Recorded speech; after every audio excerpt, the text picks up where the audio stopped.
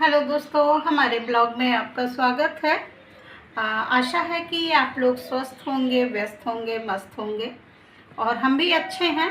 सोचा कि आज आप लोगों को बताते हैं कि भाई घर में बुजुर्ग हैं, बच्चे हैं, तो मौसम चेंज हो रहा है और कभी ठंडक कभी गर्मी, इस तरह का मौसम हो रहा है तो घर में लोग बीमार भी पड़ रहे हैं।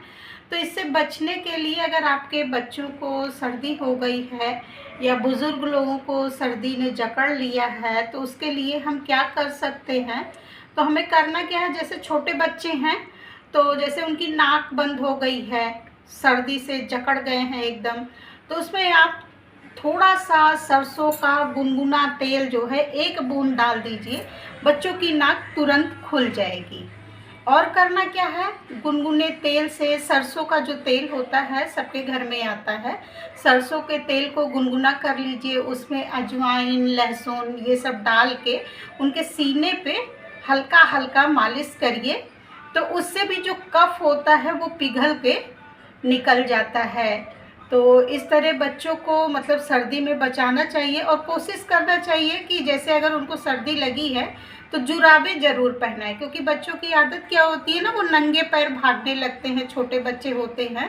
तो जुराबें पहने रहेंगे तो वो मतलब निकाल नहीं पाएंगे और पैर भी उनका गर्म रहता है, क्योंकि सर्दी जो है पैर से ही ज़्यादा पकड़ती है बच्चों को।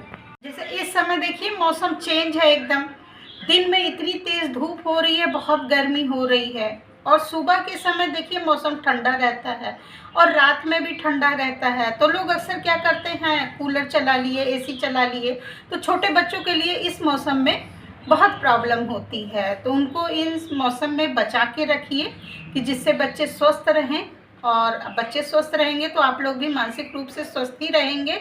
नहीं तो अगर घर का कोई भी सदस्य बीमार हो जाता है तो घर भर परेशान हो जाते हैं।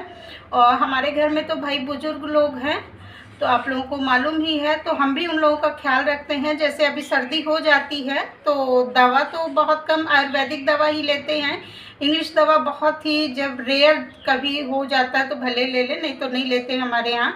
तो जैसे खांसी आने लगती है तो उसके लिए जानते हैं हम क्या करते हैं, उसके लिए हम क्या करते हैं, ये जो गुड़ होता है, गुड़ को और अदरक, गुड़ और अदरक को हम पका लेते हैं और पकाने के बाद उसकी हम छोटी छोटी गोली बना देते हैं और उसी को सुबह शाम देने से मतलब जो आपके अंदर जो कफ होगा, सर्दी होगी, खांसी होगी, उससे भी काफ़ी राहत मिलती है।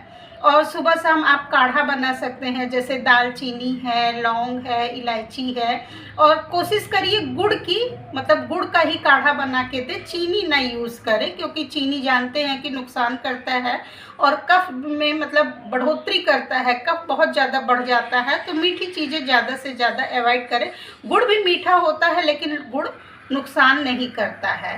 तो इस तरह आप ऐसे छोटी छोटी चीज़ें मतलब आप अपने घर के लोगों को स्वस्थ रख सकते हैं। तो अगर आपको हमारा ये वीडियो पसंद आएगा तो प्लीज़ मेरे चैनल को लाइक, सब्सक्राइब और शेयर करिएगा और कमेंट बॉक्स में बताइएगा कि हमने सही किया कि आप लोगों को बता के कि नहीं किया।